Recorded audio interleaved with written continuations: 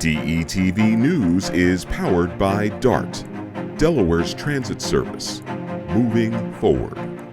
Tonight, a shocking scene in Wilmington as a building collapses following a vehicle crash. Plus, Delaware takes a stand against misinformation.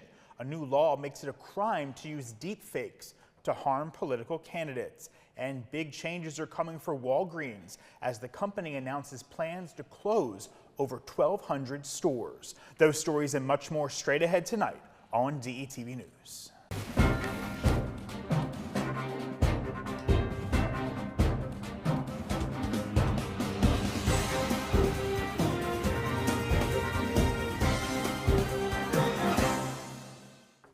Good evening and welcome to this DETV News Brief for Tuesday, October 15th. I'm Matt Ford. Thanks for being with us this evening. Here's what's making headlines today across the first state. Good news, cancer deaths here in Delaware continue to decline. That's according to a new report from the Delaware Division of Public Health. From years 2007 to 2021, the state's cancer mortality rate fell by 1.8% per year, outpacing the national average. Delaware now ranks 16th in cancer deaths, improving from second place in the 1990s. Officials credit early detection, prevention, and better access to care for the declining numbers. Breast cancer, prostate, lung, and colorectal cancer remain the leading causes of death. Racial disparities persist with higher mortality rates for colorectal and breast cancers among non-Hispanic Black residents. Delaware's Screening for Life program, offering free cancer screenings, saw a 13% increase in their enrollments, the highest in 6 years. To other news tonight, Wilmington's Department of License and Inspection is evaluating a property at South Heald and A Streets after its front walls completely collapsed Monday morning. The collapse followed an early morning vehicle crash into that building. Wilmington firefighters evacuated nearby homes, but luckily there were no injuries. The building was condemned earlier after the crash, which occurred around 12:30 a.m. Residents say the collision heightens concerns about speeding and traffic safety in the Southbridge neighborhood. City officials are expected to continue assessing the site there in Southbridge. And in other news, state police are investigating a fatal pedestrian hit-and-run crash. It happened over the weekend in Newark. On October 11th, around 7:30 p.m., an unknown vehicle traveling east on East Chestnut Hill Road hit a 37-year-old man from Newark as he attempted to cross the street. The vehicle left the scene without stopping. The victim was taken to a nearby hospital with critical injuries and then died yesterday, Monday. His name is being withheld until his family has been notified. Down to Smyrna now, where police are investigating a burglary on Artisan Drive that happened early Thursday morning, October 10th. Surveillance footage shows a suspect, described as a white man wearing a light blue jacket and dark pants, driving a green Ranger. Anyone with information is asked to call 302-653-9217, or you can email that number there on your screen. Anonymous tips are welcome. And if you live or work within 10 miles of the Salem Hope Creek nuclear stations, you want to listen to this. The Delaware Emergency Management Agency and the Division of Public Health are giving away free potassium iodide tablets next Thursday. Mark your calendars. That's October 24th. You can pick up those tablets at the Townsend Fire Company between 11 a.m. and 7 p.m. The distribution is open to all residents in the emergency planning zone, so if you're within that range, make sure to stop by. You just need a photo ID and some proof of where you live or work. This could be as simple as a utility bill. If you already have potassium iodine tablets that are expired, you can simply bring those along and exchange them for fresh ones. Officials say potassium iodide is a great way to protect your thyroid from any radioactive iodine in the unlikely event of a radiation emergency. If you have any questions about this distribution, you can call DEMA at 302-659-3362 or check out preparede.org for all the details. And new today, state fire officials have issued a burn ban statewide due to drought conditions. Effective immediately, the following are prohibited: bonfires, controlled burns, including burning of leaves and yard waste, as well as fires and demolition of removal of hazards, and outdoor rubbish fires. Grills in areas cleared of surrounding combustibles can be used for cooking only. Officials say carelessness with matches Discarded cigarettes and vehicle exhaust are the most common causes of the ignition of dry grass, mulch, and other landscape materials, so be careful there. And speaking of outdoor dry conditions, our Shakara Denise is here with a look at what the weather ahead looks like for the week. Hey, Shakara. DETV News Weather is brought to you by Real Life Prosthetics. Live life fully with Real Life Prosthetics. Your ability is our mission. Happy Tuesday to you, Matt and Nick, and to all my DETV fam out there. I hope everyone enjoyed the 80-degree weather we had. It was shorts and tees all weekend long. It was just awesome. It was pretty nice, but guess what? Sweater weather is here. And if you couldn't tell early this morning, we had temps in the 40s. But overall, today was a fantastic fall day. It was just a bit chilly with temps hovering right at the 60-degree mark, but we are looking for temps to rise to the 70s this weekend with some sunny skies throughout the week. But let's see what's in store for tomorrow. On Hump Day Wednesday, expect a gorgeous, crisp fall day with plenty of sunshine and expect highs around 60 degrees. There will be a light breeze, so if you'll be outdoors like me, the breeze will add a bit of chill to the air, so don't forget that sweater or a cozy jacket. And as we head into the evening, the skies will stay clear and temperatures will drop to a brisk 40 degrees. Now, here's a sneak peek at the rest of the week. Thursday and Friday will bring even more sunshine with temps climbing into the low 70s. Sunny skies and mild temps are in our forecast as we inch closer to the weekend. Get ready for a fantabulous mid-October week, fam. Keep smiling and everyone enjoy the sunshine. Back to you, Matt. Shakara, thank you. We'll see you again tomorrow night. Delaware has enacted a law making it a crime to distribute altered audio or video known as deepfakes aimed at harming political candidates. Governor Carney signed the bipartisan legislation on Monday, which imposes penalties for those using manipulated media to damage a candidate's reputation. The law, co-sponsored by Sussex County Senators Russ Huxtable and Brian Pettyjohn, was approved by the General Assembly about 4 months ago. First offenses are classified as misdemeanors, while repeat offenses can lead to felony charges. However, officials say it will not be considered a crime if there is a disclaimer stating that the audio and/or images have been altered. Delaware is working to close its retirement savings gap with the Delaware Earns program. Employers with 5 or more W-2 employees who do not offer a retirement plan must enroll by today, Tuesday, October 15th. State Treasurer Colleen Davis says about 40% of private sector employees here in the first state lack access to retirement savings through work. The program allows employees to make automatic payroll contributions to Roth IRAs at no cost to employers. Administrated by Vestwell State Savings, Delaware Earns aims to provide a safe, secure, and easy way for workers to invest in their futures. Registration has been open since July. News for commuters now. If you're heading to New Jersey via the Delaware Memorial Bridge, be prepared for some lane closures throughout the rest of this month. Beginning this week, yesterday as a matter of fact, crews began replacing bridge joints and cleaning underneath the northbound span of the bridge. This construction comes right after officials announced a 2-phase toll increase plan to support some major infrastructure improvements.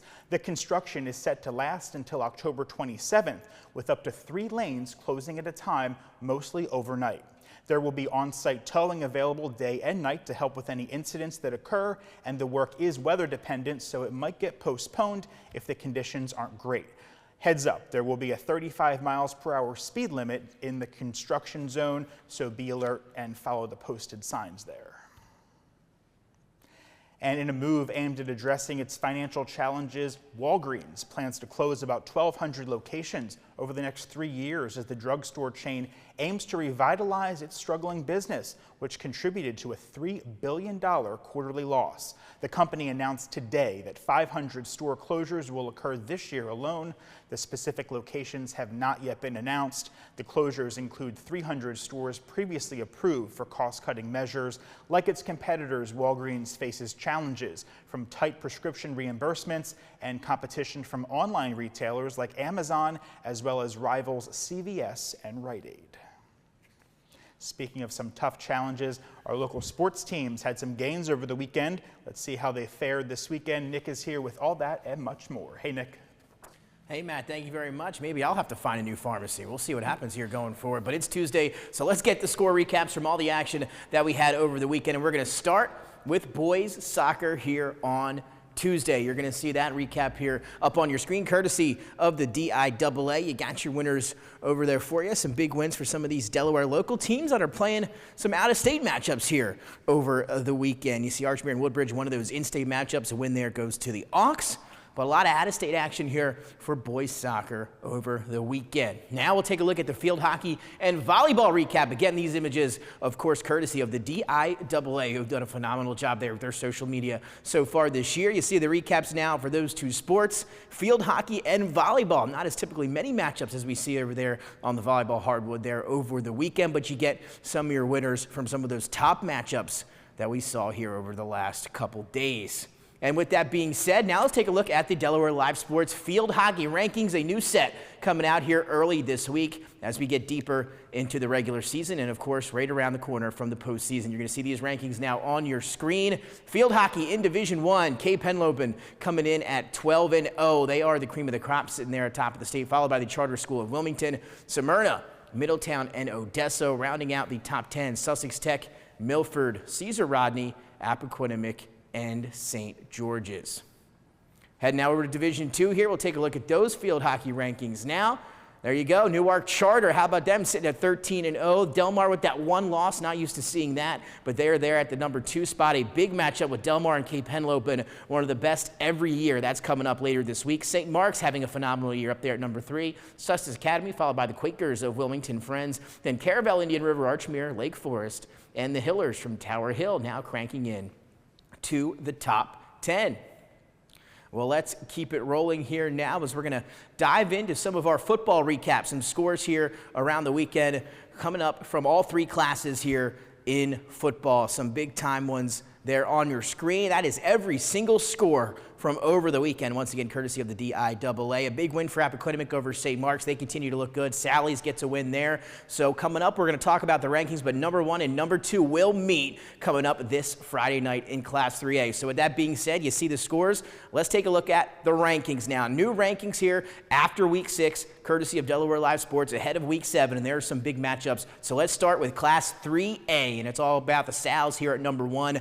Undefeated, defending state champions, followed by the Jaguars of Appoquinimink, also undefeated. That's going to set up that number 1 versus number 2 matchup this Friday night at Abyssinia Stadium. Sussex Central coming in at number 3. A tough loss to Appoquinimink a few weeks ago for them, their only loss. Middletown Cavaliers at 4, Cape Henlopen at 5, Smyrna at 6, and Dover at 7. That's your Class 3A Super 7. Now let's take a look at Class 2A, and as it's been every week here so far into the fall, it's at Caravel. Buccaneers sitting there at number 1. They are, like Sally's, number 1, undefeated state champs. Time to defend that championship. They are, of course, undefeated to this point now. Red Lion has made their way up. They are now sitting there at that number 2 spot. The Woodbridge Blue Raiders from downstate now at number 3. The Auks falling back to number 4. DMA, a nice win for them this weekend. They get to 5. Delmar 6, and Howard 7. That'll now take us to Class 1A, our final class here in the state of Delaware. Let's take a look at those rankings now on your screen. Indian River still sitting at the top of these at that number 1 spot. Tatnall now all the way to number 2. They are the defending state champs. They're sitting at 2. Polytech 3. Brandywine, a nice season for them, up at 4. And how about Christiana and First State Military Academy at 5 and 6? Great to see those programs doing a lot better. And then Conrad at 7 in Class 1A. So there you have it, some recaps there, some rankings as we head, of course, into Week 7. Matt's going to be a big weekend coming up. I'll be back on Thursday to tell you what games to look out for, as well as having maybe some top plays for you here on DETV. Nick, thank you for that very much. We will see you again on Thursday. And before we sign off tonight, last week we told you about Donate Delaware, a local nonprofit resource center that held a donation drive to collect essential items like hygiene products, flashlights, batteries, blankets, towels, and more. Volunteers dropped off donations and helped load trucks this past Friday, October 11th. Well, we are happy to share tonight that the volunteer team in Delaware from Townsend Church has arrived in North Carolina. With everyone's support, they filled a box truck that is now on the ground assisting those in need. So such great, important work done there by Dave Tiberi and the Donate Delaware team. Congratulations. That's going to do it for tonight's DETV News Brief. Don't forget to follow us all along your favorite social media platforms for updates on what's happening all around the state of Delaware. And if you have a comment, question, news, or sports tip for Nick, send it our way. That's press@detvch.com. For Shakira, Nick, and all of us here at DETV, I'm Matt Ford. We'll see you back here tomorrow night.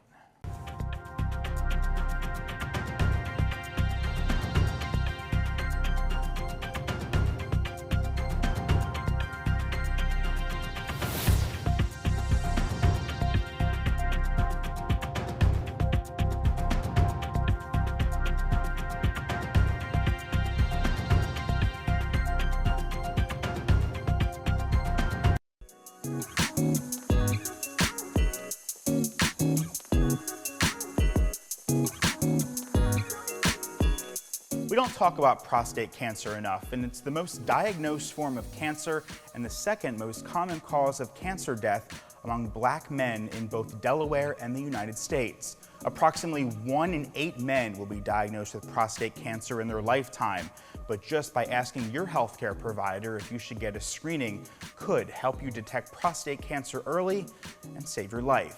So let's talk about it. Talk to your healthcare provider today about a prostate cancer screening if you are 40 years of age or older, or have a family history of prostate cancer. If you don't have insurance, or if your insurance doesn't pay for cancer screenings, Screening for Life may provide you with the screenings that you need, and nurse navigators make this process easier.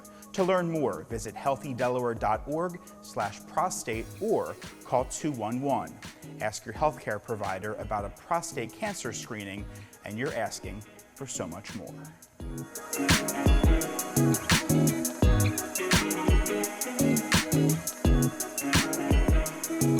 My name is Jason Aviles, and I am the founder and owner of Fly Yogi, and I'm here to share with you some tips to be able to help fight opioid addiction.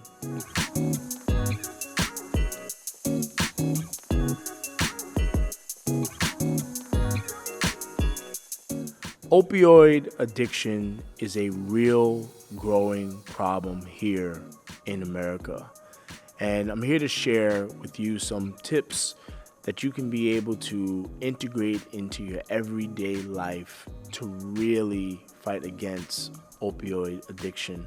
One of the first things is redeveloping your mindset. One of the practices that I like to use daily is meditation. And what meditation does is it brings you clarity of mind, and it helps keep you grounded, and it improves your ability to make decisions that you are going to benefit from. A lot of the time we find that addiction is rooted in our mindset. It's rooted in how we think and how we perceive, and therefore how we act. So this is a really good way to help fight against that energy of addiction. The second thing is improving your lifestyle through diet and exercise. At the very root of addiction, there is substances within the body that's causing the addiction on a physical level. When we begin to introduce healthier foods, plant-based foods, we begin to remove and detox the substances that are in our body that's causing and attracting the addiction. So through incorporating more fresh fruits, vegetables, nuts, seeds, grains, and even drinking water on a daily basis, you're going to put your body in a state where it's going to be able to fight the root causes of these addictions. The second part is exercise. Exercise is good for mood. It's good for energy. It's good to increase vitality. It's good to get your heart pumping and get your blood flowing and get oxygen moving throughout the body. So through engaging in physical exercise, complemented by incorporating healthier foods, you're putting your body and your mind in a state where it does not want what's causing these things that are manifesting negatively in your life. So addiction can really be decreased by just incorporating a healthier lifestyle through diet and nutrition, exercise, and then also making sure that you're tackling the mind through mindset, through meditation.